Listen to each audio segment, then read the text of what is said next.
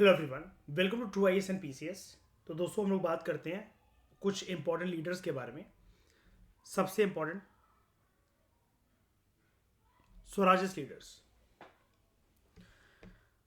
स्वराजेस leaders में देखो दो ग्रुप्स थे। एक था स्वराजेस ग्रुप, एक था नो चेंजर, राइट। मतलब ये अपोजिट है। और स्वराजेस ग्रुप को आप अगर चेंजर्स की कैटेगरी में अगर आप डालना चाहते हो तो आप यहाँ पर लिख सकते हो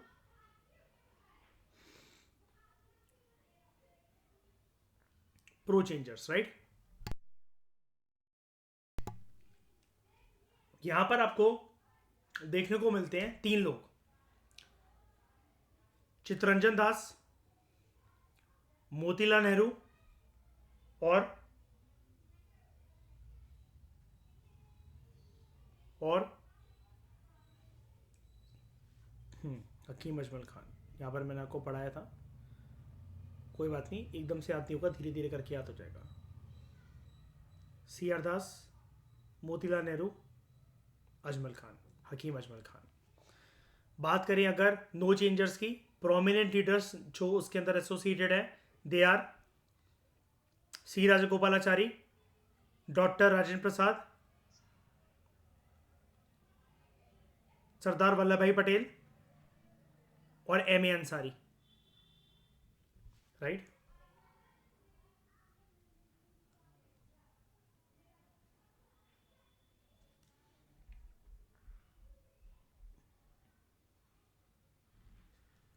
तो बात करते हैं सबसे पहले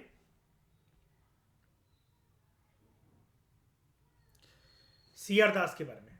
चित्तरंजन दास।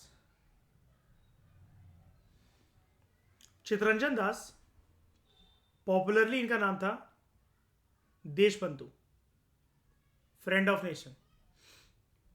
ये एक इंडियन फ्रीडम फाइटर थे। मतलब देशबंधु का मतलब होता है फ्रेंड ऑफ नेशन, ठीक है। ये एक इंडियन फ्रीडम फाइटर थे, पॉलिटिकल एक्टिविस्ट रह चुके थे अपनी लाइफ में, और लॉयर बाय प्रोफेशन। ये प्रोफेशन बेचारे सच्चाई के रखवाले जी की वजह से चला गया था। किसकी वजह से? महात्मा गांधी जी की वजह से, है ना। During Indian independence movement, and he was a founder leader of Swaraj party in undivided Bengal during the period of British colonial rule in India. Undivided Bengal का मतलब क्या है? बंगाल कौन से साल से पहले?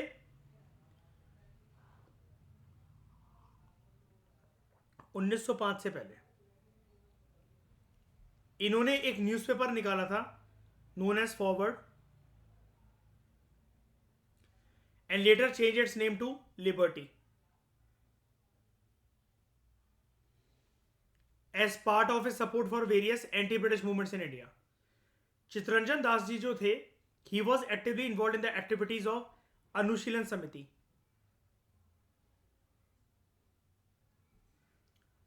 and he successfully defended Aurobindo Ghosh on the charges of involvement in the Alipur bomb case in 1909। और आपको पता है ना, अगर ये उनको डिफेंड नहीं करते उस टाइम पर तो उनको फांसी की सजा हो जाती। बच गए थे औरोबिंदो घोष।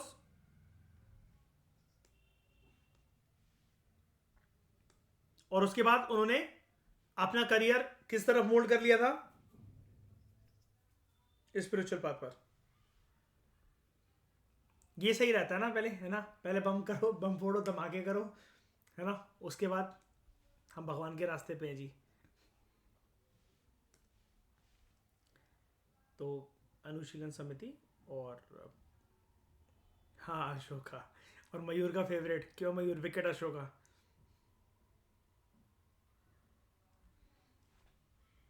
मयूर क्या कहता है, क्या नहीं बनना है मयूर?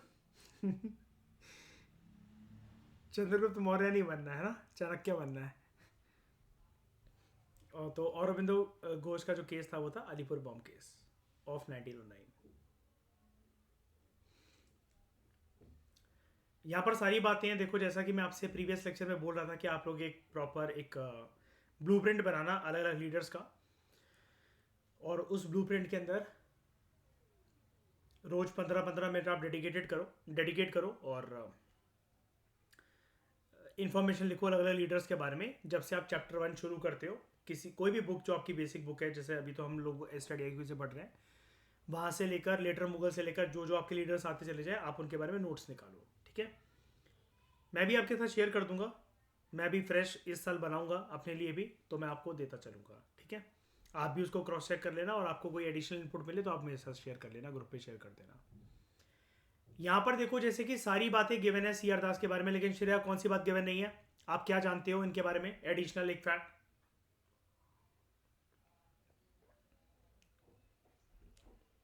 है ना, आज ये 3 से 4 बार पूछ चुका हूं मैं, है ना, है ना। और जिस चीज से इरिटेट होने लगो तो श्रेया रूल क्या होता है? जब दिपांग तुम्हें इरिटेट करने लगे एक ही बात पूछ पूछ के, तो समझ जाओ वो चीज इजी हो गई यूपीएससी में ना।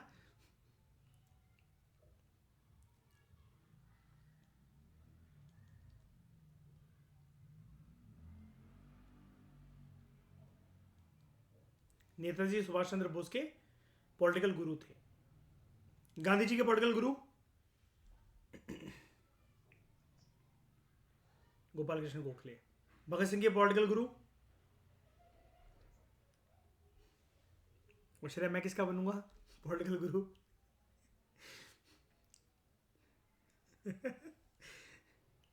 चलो फिर श्रेया बैग पैक कर लो, कनाडा चलते हैं।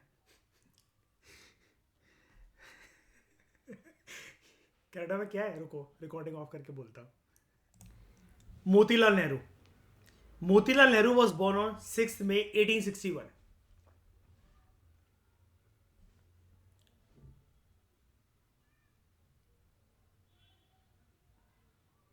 ठीक है, 6 मई 1861। किसके पिताजी थे ये?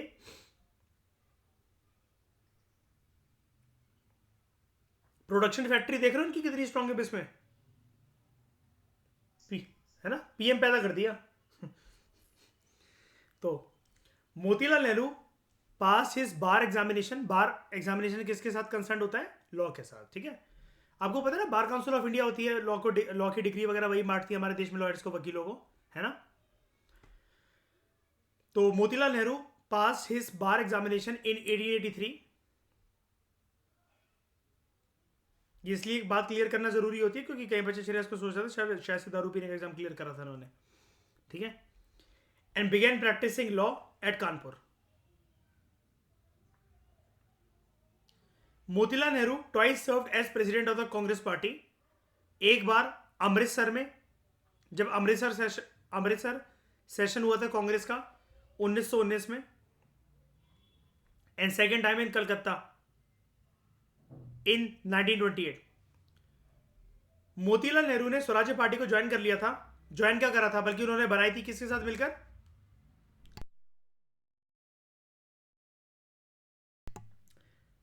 चित्तरंजन दास के साथ मिलकर, सीआर दास के साथ मिलकर। और उसमें वो क्या, किस पोस्ट पर थे? हकीम अजमल खान के साथ सेक्रेटरी। क्योंकि उसका फाउंडर फिर भी किसी, सॉरी फाउंडर नहीं, प्रेसिडेंट कौन था उस पार्टी का? चित्तरंजन दास। किस ग्राउंड पर, किस आधार पर इन्होंने पार्टी बनाई थी, जबकि ये सारे तो कांग्रेस के लीडर्स थे?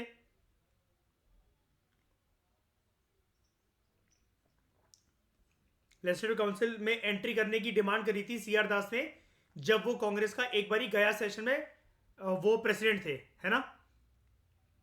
लेकिन आउटराइटली कांग्रेस मेंबर्स ने उस प्रपोजल को क्या करा था? रिजेक्ट कर दिया था।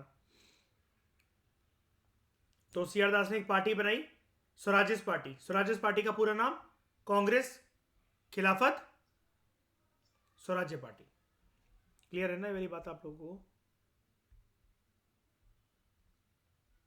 ये देखो, Congress Khilafat Swarajya party, popularly known as Swarajist party, okay.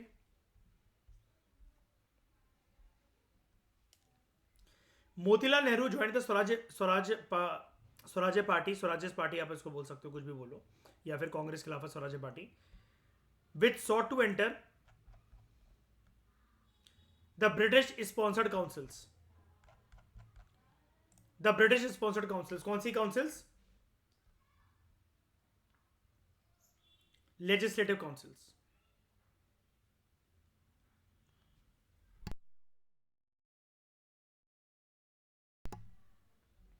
Motilal Nehru जो थे, he had been elected to the United Provinces legislative council, जहां पर इन्होंने पहला वॉकआउट प्रोटेस्ट रजिस्टर करा था।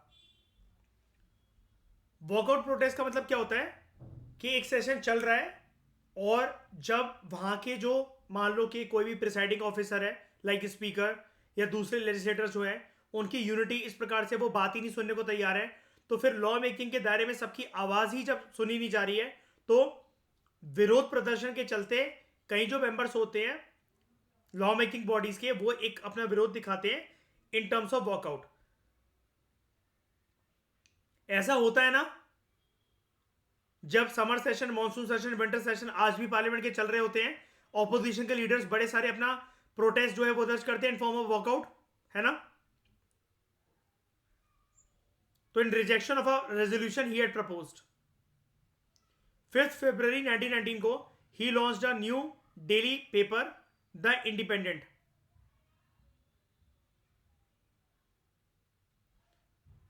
As a counter point to the liberal newspaper which was much too liberal for Motilal Nehru's standards and articulate thought in 1919. Motilal Nehru chaired the famous Nehru Commission in 1928 और Nehru commission किसके against बनी थी? To counter all India all British Simon commission. Simon commission का विरोध प्रदर्शन करते हुए किसकी मृत्यु हो गई थी? उस मोर्चे में लाला लाजपत राय जी का साथ कौन दे रहा था?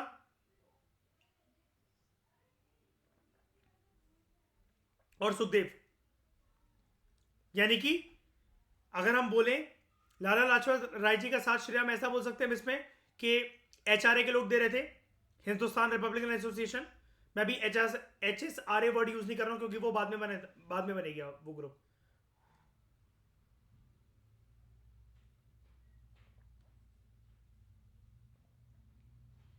हकीम अजमल खान,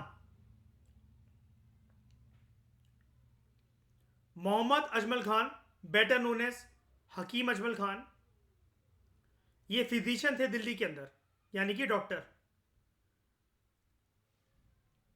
इनके खानदान में सभी लोग खानदानी पेशे के तौर पर डॉक्टर ही रहे हैं। और कब से रहे हैं? बाबर के टाइम से। He was one of the founders of Jamia Millia Islamia university. कहां पर है यूनिवर्सिटी आज के समय में? दिल्ली में। He was the only Muslim to chair a session of Hindu Mahasabha. बताया था ना ये वाली बात मैंने आपको। हिंदू महासभा आज के समय में कैसा विंग है? कट्टर विंग है, कट्टर हिंदू विंग है। बीजेपी के ना 4 आर्म्स होते हैं जो कि इसको आउटसाइड सपोर्ट देते हैं। In the name of which ideology? कोई मुझे बता सकता है? हिंदुत्व। इस आइडियोलॉजी को श्रेय कहते हैं हम लोग, मयूर। हिंदुत्व। डोंट वरी, इसकी नॉलेज श्रेय डिटेल में आपको मिल जाएगी 9th चैप्टर जो है ना पोस्ट इंडिपेंडेंस का, जो मैंने शेयर करा क्लास 12 उसके अंदर। बीजेपी बनी ही इस आधार पर थी। तो बीजेपी के 4 जो आर्म्स हैं, एक है आरएसएस, दूसरा है बजरंग दल, तीसरा है विश्व हिंदू परिषद और चौथा है हिंदू महासभा। वो यूथ के उसके फॉर्म में है ये, लेकिन 4 इसके कट्टर विंग है। कभी बीजेपी मानता नहीं है कि हम इनका सपोर्ट लेते हैं, लेकिन हिंदुत्व आइडियोलॉजी को बढ़ावा देने के लिए आउटसाइड से सपोर्ट ये 4 विंग्स बीजेपी को करते हैं। आरएसएस, बजरंग दल। आप कहोगे ये इंपॉर्टेंट क्यों है? मैं बिल्कुल मानता हूं ये वाली बात इतनी इंपॉर्टेंट नहीं हो सकती, लेकिन पेपर 1 सोसाइटी में और कभी कभार पेपर 2 में आप लोगों को इस कदर ट्रैप करा जा सकता है जब पॉलिटिकल पार्टीज के कंटेक्स्ट में कुछ चीजें, कुछ आइडियोलॉजीज आपसे पूछी जा सकती हैं। जब यूपीएससी आपसे ये एक्सपेक्ट कर सकता है कि आतंकवादियों के बारे में पीएचडी कर आओ कि terrorism is emerging as a competitive industry, तो Hindutva ideology is a dominant form of factor since last 1 decade and is dominating the Indian political scenario. ऐसा कोई क्वेश्चन अगर आ जाए यू कैन गेट ट्रैप। लेकिन जीएस को छोड़ दो, श्रेय अपने पीएसआईआर में डायरेक्टली इन टर्म्स का यूज हो सकता है। पार्टी सिस्टम हमारा एक बहुत बड़ा टॉपिक है पीएसआईआर में, पेपर 1 सेक्शन भी, उसमें ये नाम हमें यूज करने पड़ सकते हैं। आरएसएस, बजरंग दल, विश्व हिंदू परिषद एंड हिंदू महासभा। तो जो हिंदू महासभा थी उसके ये प्रेसिडेंट रह चुके थे। He was the only Muslim to chair a session of the Hindu Mahasabha, उसके प्रेसिडेंट थे एक बार एक सेशन में। Hakim Ajmal Khan change from medicine to politics after he started writing for the Urdu weekly Akmal ul Akhbar. Urdu के अंदर एक वीकली न्यूज़पेपर आता था अकमाल उल अखबार, उन्होंने उसके लिए लिखना शुरू करा। इन्हीं के परिवार के लोगों ने इस अखबार को निकाला था और इन्होंने अपना प्रोफेशन शिफ्ट कर लिया कि अब मैं डॉक्टर की फील्ड को छोड़कर राजनीति के अंदर एंटर करूंगा।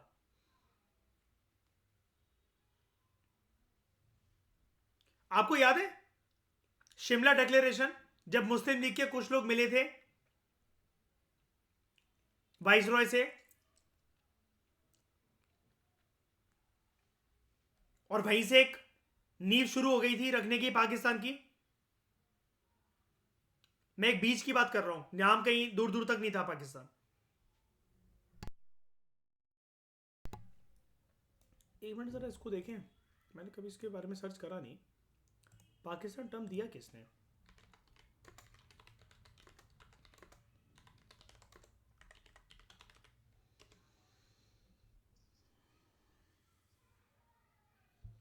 रहमत Ali is credited by Pakistanis for having coined the term Pakistan and envisioning a separate state for Muslims. Beyond that, his ideas are not explored in any detail. Chaudhary रहमत Ali,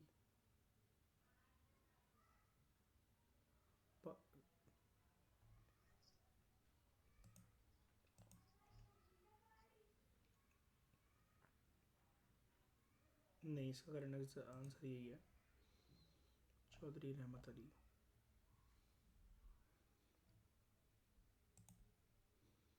The name Pakistan was first coined by Chaudhry Rahmat Ali. He coined the term Pakistan in 1933. He gave, हाँ जो आप बोल रहे हो वो यही है, he gave the country this name using the first letters of places such as P से पंजाब, A से अफगान, K से कश्मीर, S से सिंध, PA के पाकिस्तान, बलूचिस्तान का तान, ठीक है।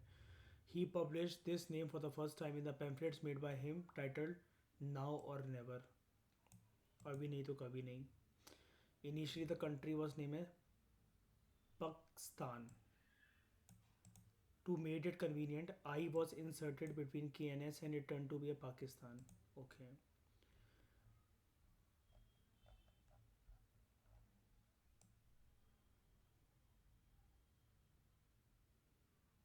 ठीक है, ओके। पंजाब, अफगान, कश्मीर, सिंध, बलूचिस्तान, पंजाब, अफगान, कश्मीर, सिंध, बलूचिस्तान, ओके।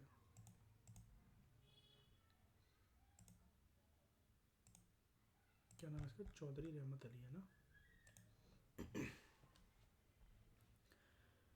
तो lost by this his family. Khan also headed the Muslim team who met the Viceroy of India in Shimla. याद है मिले थे 1906 में, and presented him with a memorandum written by the delegation. मतलब वही जो मुस्लिम delegation जो उनसे मिलने गए थे, इसी ने मेमोरेंडम वो प्रेजेंट करा था वाइसरॉय को। At the end of 1906, he actively participated at the Dhaka founding of the All India Muslim League. He was one of the founding members of All India Muslim League. एक ऐसे समय पर जब बड़े सारे मुस्लिम लीडर्स अरेस्ट वगैरह को face कर रहे थे, Hakim Ajmal Khan approach Mahatma Gandhi for help in 1917. Thereafter uniting with him and other Muslim leaders such as Maulana Abul Kalam Azad, Maulana Muhammad Ali Jauhar, Maulana Shaukat Ali in well known खिलाफत मूवमेंट। ये जो हम भाइयों को बोलते हैं ना, जो मोहम्मद अली शौकत अली, उनका पूरा पूरा नाम है ये, ठीक है। और मौलाना अबुल कलाम आजाद भारत के कौन थे? आजाद भारत के पहले विच मिनिस्टर? Education minister. पहले होम मिनिस्टर कौन? वल्लभ भाई पटेल। ड्राफ्टिंग कमेटी का चेयरमैन कौन? कॉन्स्टिट्यूंट असेंबली का चेयरमैन कौन? ठीक है। इनमें से सबसे सच्चा कौन? अंबेडकर, है ना। Khan was also the sole person, इसमें से अगर एक क्वेश्चन पूछ लिया जाए, है ना श्रेय, आप तो हंसी पड़ोगे इंटरव्यू में, नहीं आप इसमें मयूर एक बार तो बोलना ही पड़ेगा, सॉरी सर, कुछ याद आ गया। Khan was also the sole person elected to the presidency of Indian National Congress. अच्छा, अब आप कहोगे sole person elected to the presidency of Indian National Congress, ऐसा नहीं, पूरी बात सुनो। एक साथ जो तीन चीजें मैं बोलने जा रहा हूं उसका प्रेसिडेंट कोई बनाओ, ऐसा कोई भी नेशनल लीडर नहीं था, ठीक है। He was the sole person elected to the presidency of Indian National Congress, number 1। Indian National Congress के अलावा मुस्लिम लीग का प्रेसिडेंट जो बनाओ, और उसके साथ साथ ऑल इंडिया खिलाफत कमेटी का जो प्रेसिडेंट बनाओ, कोई था ऐसा? मोहम्मद अली, शौकत अली, महात्मा गांधी, वल्लभ भाई पटेल, CR दास, मोतीलाल नेहरू, ऐसा कोई था जो तीनों का बनाओ प्रेसिडेंट? मुस्लिम लीग, INC, ऑल इंडिया खिलाफत कमेटी, लेकिन ये थे Hakim Ajmal Khan.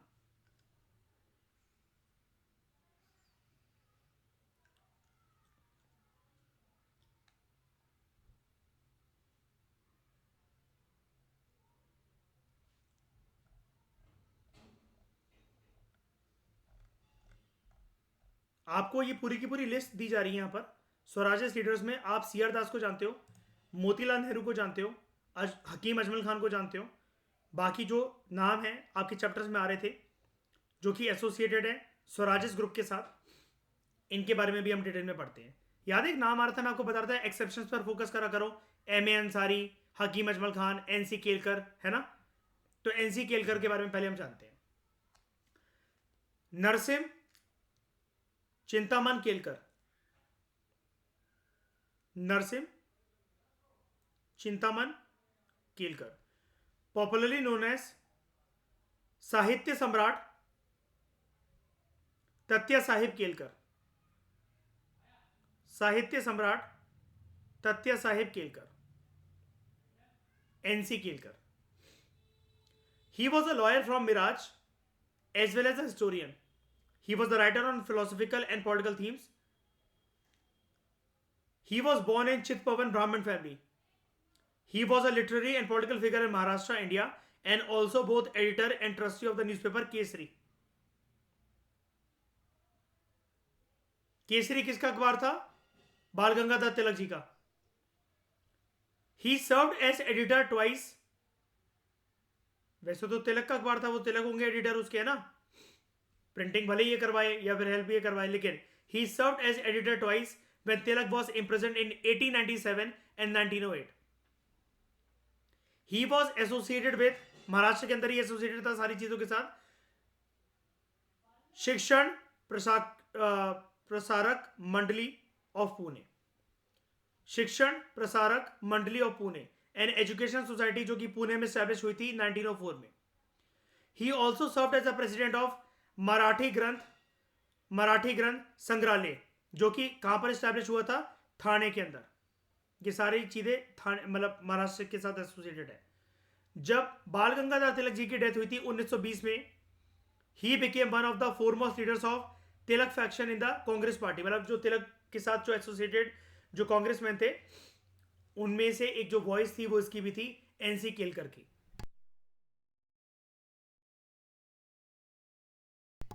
He was elected to the Central Legislative Assembly as well as Central Legislative Assembly, the lower house of the Imperial Legislative Council in 1923 and served until 1929.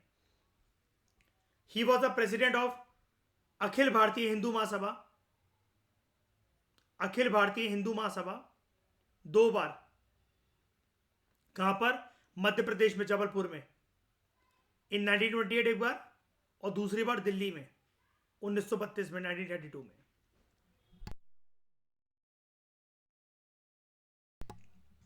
उसके बाद विठल भाई पटेल।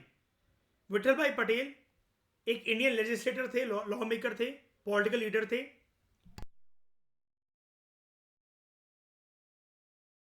ही was अ को founder of Swaraj party and Elder brother of, बड़े भाई थे सरदार Vallabhbhai Patel जी के। दिल से कभी भी महात्मा गांधी की फिलॉसफी और लीडरशिप इनको रास नहीं आई, लेकिन फिर भी विठल भाई पटेल ने, सरदार वल्लभ भाई पटेल जी के बड़े भाई ने कांग्रेस को ज्वाइन करा था और आजादी की लड़ाई में भी अच्छा योगदान था इनका।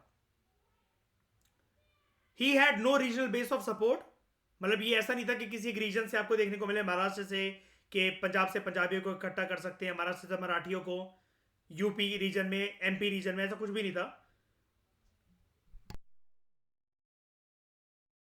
Yet he was an influential leader who expanded the struggle through fiery speeches and articles published.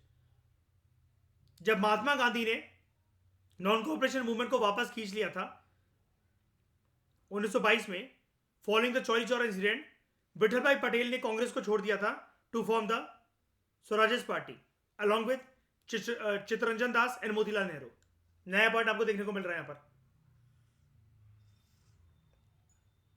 Swaraj's party became the single largest party in the central legislature and in most provincial legislative assemblies. Vitthal Bhai Patel himself was elected president, जिसका उस time पर कद होता था equivalent to that of the speaker of India's central legislative assembly, and he helped put in place many legislative procedures that still exist today. Vitthal Bhai Patel और जो दूसरे leaders जो थे, they were important voices who rebelled against the leadership of Gandhi ji when nation engaged over the abortion of non cooperation movement. इन्होंने outrightly blame करा था महात्मा गांधी के ऊपर कि सपने दिखाकर किसी के सपने छीन लेना, इससे बड़ा पाप कुछ नहीं हो सकता। जैसा कि मैं आपको प्रीवियस लेक्चर में भी बता रहा था, या तो किसी को राह दिखाओ मत, किसी की जिम्मेदारी मत लो। राह दिखाने के बाद सामने वाला आप पे ट्रस्ट कर रहा है, उसका हाथ पकड़ के उस राह पर लेकर जाओ, वरना वो इंसान कुत्ते पर भरोसा कर लेगा लेकिन तुम पे नहीं करेगा कभी।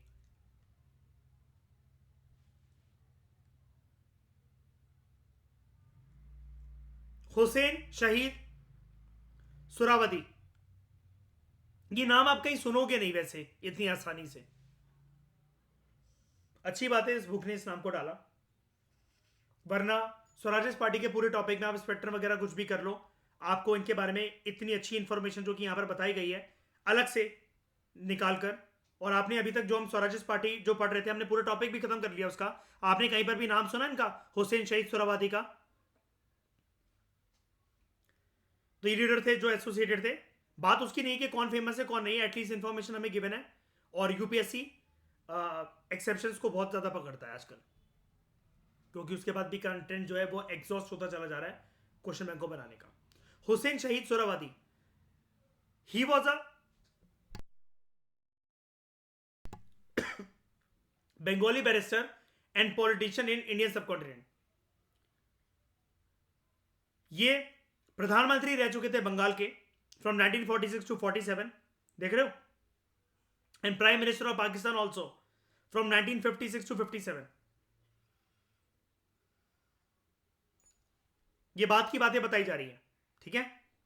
लेकिन थोड़ा सा पहले चलते हैं। He joined the Indian independence movement during the 1920s as a trade union leader in Calcutta.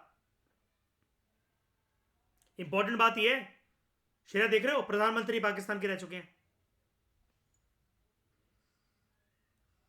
He was initially associated with Swaraj's party. He joined the All India Muslim League and became one of the leaders of Bengal Provincial Muslim League. Suravadi was elected to the Bengal Legislative Assembly in 1937.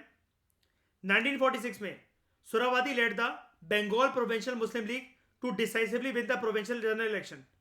He served as Bengal's last prime minister until the partition of India.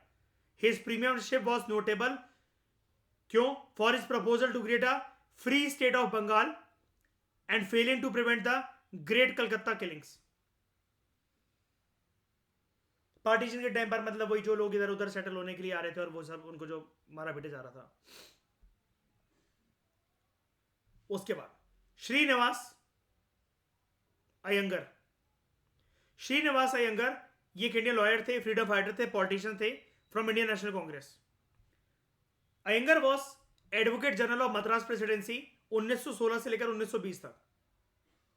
He also served as member of the bar council from 1912 to 1920. Law member थे Madras presidency के 1916 से लेकर 1920 तक, और ये president भी रह चुके थे Madras province. He also served as the president of Madras province से जो स्वराजिस्ट पार्टी, जो उसका जो ग्रुप था, Swarajist party faction of the Indian National Congress.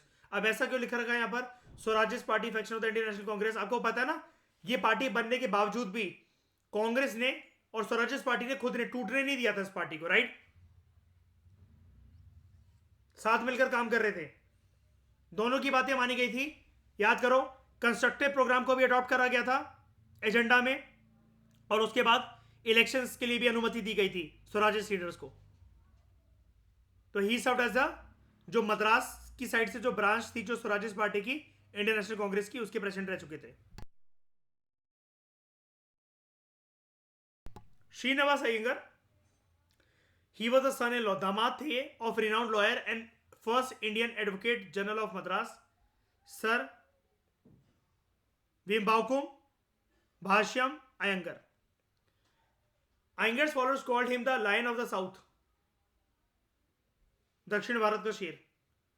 Srinivas Iyengar remains the youngest lawyer from Madras bar to be made advocate general. 1939 में इन्होंने किताब लिखी, Mayne's Hindu laws. It is a much acclaimed and well-read book. Iyengar presided over the 1920 Madras Provincial Conference held at Tinnevelly. 30 अगस्त 1928 को Jawaharlal Nehru, Srinivasa Iyengar and Subhash Chandra Bose, इन्होंने Indian Independence league बनाई थी. बस ऊपर के जितने फैक्ट हैं वो इंपॉर्टेंट नहीं है, आप उनको लिखो, याद करो, कोई फर्क नहीं पड़ता. बस ये वाले फैक्ट को मत भूलना, क्योंकि ऊपर जितनी भी बातें हैं इनकी, जितनी भी बातें, वो सारी बहुत लोकल लेवल पर है, लोकलाइज लेवल पर है. मद्रास की बातें चली जा रही हैं, इसके दामाद थे, उसके दामाद थे. मुझे क्या लेना देना, हमें क्या लेना देना किसके दामाद थे, बाढ़ में जाए. हमारे काम का ये है, 30 अगस्त 1928 को Jawaharlal Nehru, Srinivasa Iyengar and Subhash Chandra Bose, they form, all these three leaders formed Indian Independence League. This league declared पूर्ण स्वराज, यही वो लीग थी, इसलिए मैं आपको बता रहा था ये इंपॉर्टेंट है, और complete independence from British rule as its ultimate goal and not dominion status. बताया था मैंने आपको, आगे जाकर कांग्रेस अपना एजेंडा चेंज कर लेगा. श्रेया कहा था ना अभी कुछ चैप्टर्स पहले मैंने, 50% आजादी टू 100% आजादी, ये इस टाइम पर होता है. Srinivasa Iyengar was elected president of the league, Indian Independence League की बात हो रही है, with Nehru and Bose as its secretaries. देख रहे हो, प्रेसिडेंट इनको बनाया गया इस इंडियन इंडिपेंडेंस लीग का, नेहरू और बोस क्या बने सेक्रेटरी, और ये तीनों उस टाइम पर यंग लीडर्स थे. When all parties report, also known as Nehru report, ये पब्लिश होती है जब 1928 में,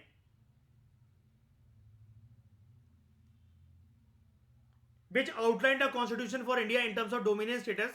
Srinivas Iyengar organized Indian Independence League with himself as president and Jawaharlal Nehru and Subhash Chandra Bose as leading members. मतलब कांग्रेस तो इस चीज के ऊपर मान गई थी, उसने तो अपना एजेंडा भी तैयार कर लिया था कि डोमिनियन स्टेटस के चलते हम जो है एक आउटलाइनिंग रख देते हैं कि आजाद भारत का संविधान कैसा होगा. लेकिन at that point Srinivasa Iyengar, इन्होंने ये इंडियन इंडिपेंडेंस लीग बनाई, अपने आप को उसका प्रेसिडेंट बनाया, और नेहरू और बोस को, सुभाष चंद्र बोस को और जवाहरलाल नेहरू को उसका सेक्रेटरी बनाया. तो इस डिस्कशन में दोस्तों फिलहाल इतना ही. Thank you very much for discussion.